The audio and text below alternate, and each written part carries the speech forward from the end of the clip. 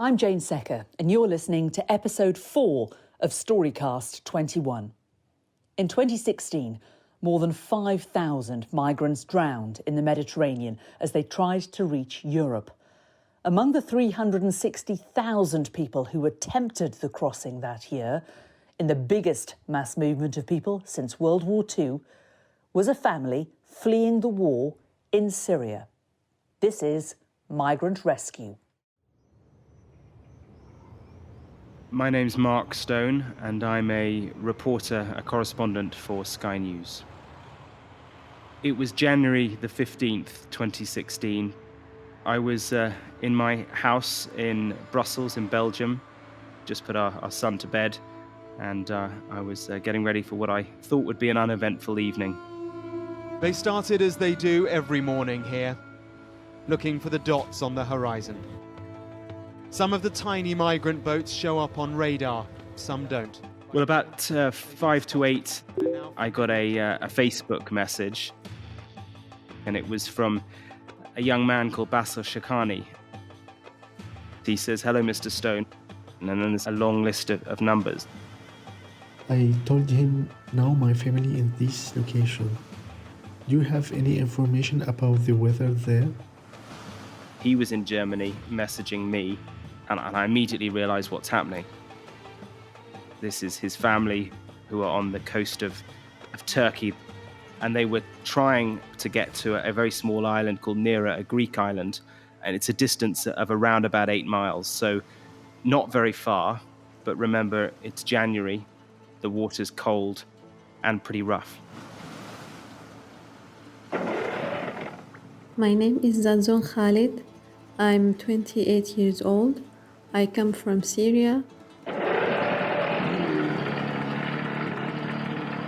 I was with Bassel's family, his father, mother, and twin sister. They show us the small light in the other side of a Greek island and told us it's about 1 hour from here. My wife, we talked to each other many times at this day. I said to him, the weather is too bad. I'm not sure that we can arrive safe. And my gut feeling told me that something will go wrong. But we have no other chance. We are required to do the journey now. I asked Mark about the weather and he told me It's too risky. They shouldn't go.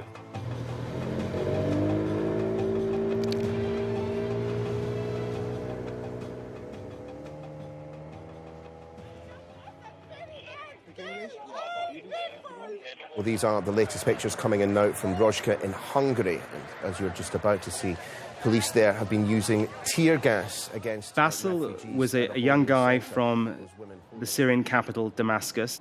He had been in the military at one point. He didn't want to be part of the civil war in Syria, and so he left. I'd met him a few months earlier in Budapest in Hungary. Budapest at that time, in late 2015, had become a bottleneck in a migrant route that was crossing Europe. Hundreds, thousands of migrants make their way through a variety of countries to Germany. We saw there the spray of tear gas. Angela Merkel, the German Chancellor, had made a decision to open Germany's borders and to allow refugees to come in. Another spray, 2 sprays of the tear gas into the faces of those. This was a period of time when hundreds and hundreds and hundreds of people were trying to make the journey either across the Aegean from Turkey to Greece or across the Mediterranean from North Africa to Italy. Massive challenge for the team now is trying to make sure that everyone stays seated. The previous year, 2015, at least 3,700 people had died trying to cross those waters into Europe. So I knew, not just from the figures, but from having reported and covered many other shipwrecks over the months before, I knew how dangerous this crossing was. Slowly, the main rescue ship is manoeuvred towards the dinghy. With Bassel, he had told me that his twin sister, his fiancé at the time and his parents, they would try and join him in Germany once he had managed to put down some roots. It was about 8 or 7 o'clock local time. We were about more than 40 persons, many families with many children. And just we shocked when we saw the boat. Even it was difficult to see it, but they turned on light for a short time to check the engine. It might be just for 10 people maximum. So the wind was strong and very cold. This wind created a huge waves, and the sounds of these waves, you can compare it to the sounds of the airstrikes that we heard in Syria. I thought of my parents, Bassel, my brothers, my sister, and I think, could I meet them again or not? My wife started to send me the location. After 1 hour, I used my laptop to make a line of locations. So I noticed that them direction not the to the Greek island, rather they go in the wrong way. By the time the next exchange of messages came in, it was 20 past 10 in Brussels. I, by this stage, was in bed.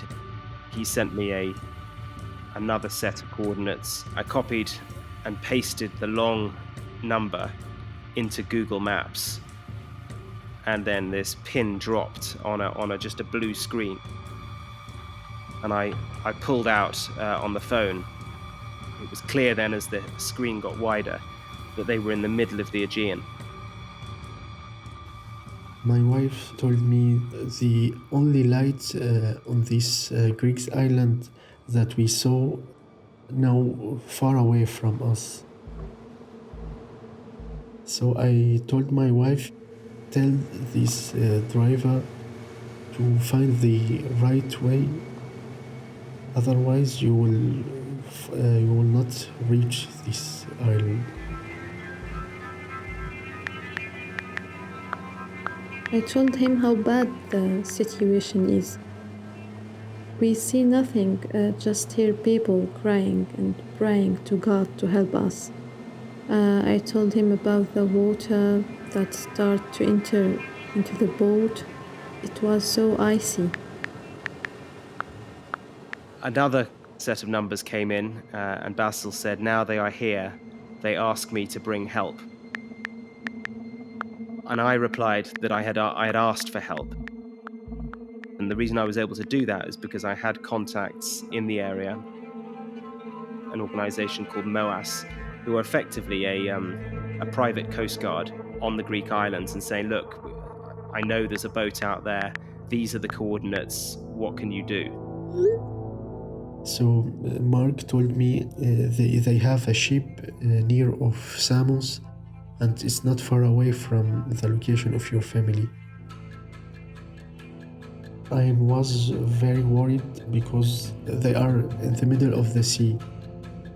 Maybe they will lose the connection, or the mobile phone will get some water and they will be damaged. Her mobile phone was the only instrument that they can use to tell us about the location, to tell us about the whole situation. And just we had blessing in discuss because the internet connection was so good to still communicate with my husband and send him our locations. And then Bassel was sending me more and more coordinates. And then he says the water level is raised and they're afraid from the fuel running out.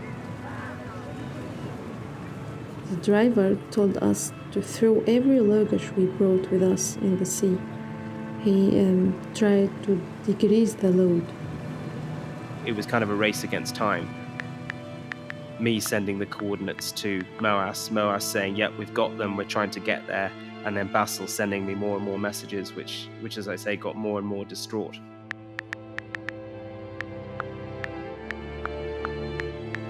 My wife was next to me and wondering why I was furiously texting and actually helping to coordinate a rescue that was taking place 1,000 or so miles to the south.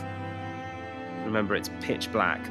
They are looking for a tiny dot on a dark horizon. Every minute was for us like a day. In this case, you just think whether the boat will still be able to bring us to our destination. We'd passed the coordinates to Moas, and within the space of, I guess it was probably 45 minutes or so, I was getting messages back saying they've seen a boat. When we saw the lights of the ship, all of us turned on the torch of our mobile phones to try to make a visible signal that let the people on the ship see us quickly. We are there. We are here to save you. To save you all. You need to stay calm and stay seated. Everybody sit down. By this stage, the messages, the pings are near constant, back and forth. It's still late at night, overcrowded boat, panicking people. The chances of that boat overturning were quite high, and that can happen even when the rescue boat is close. At this time, I was worried because my mother and my father was so sick. So I tried to call her to send her a message, but my messages weren't arrived.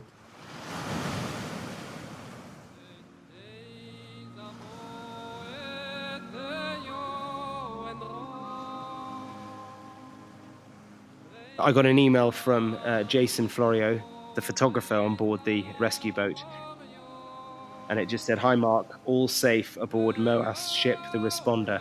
Cheers, Jason."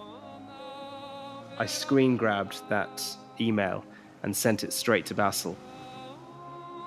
Eventually, within I guess about another half an hour, we managed to get the lines of communication, turn them into phone calls, and he spoke to his family on board the rescue boat. One of the rescuers offered us his mobile phone. I called my husband Bassel. I said to him, "We are alive, we are safe. I will never ever do something like that again." When I hear her voice, it really was like a miracle. It was a few weeks later, in early February 2016, they were finally reunited in Germany.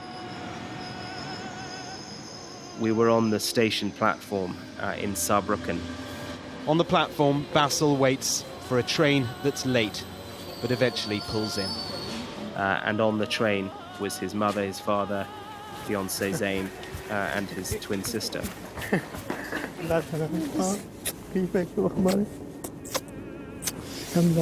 It was a wonderful moment, actually, seeing this family reunited after months.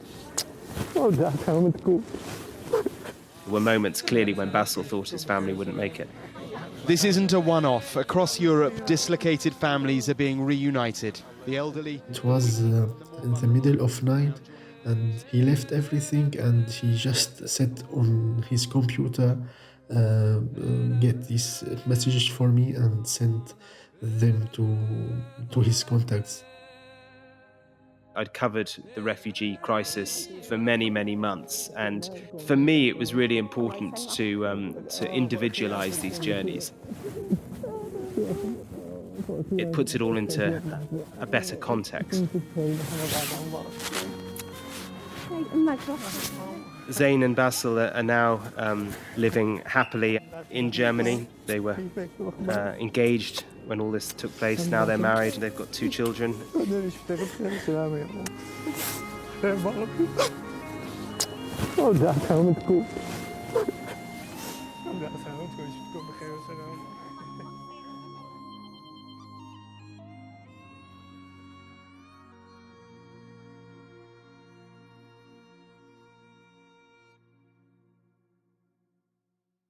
The crossing of the Mediterranean made by Zain is a journey migrants continue to undertake in 2021. Migrant Rescue was written and produced by Robert Mulhern. For more information on this podcast, go to skynews.com/StoryCast21. Next time, we're in Chile, where a team of miners find themselves trapped more than half a mile underground in the desert. We were just doing some job, and suddenly just a huge amounts of rocks, like a really huge amounts of rock coming down. And we tried to run. We said that's about it. We're dead.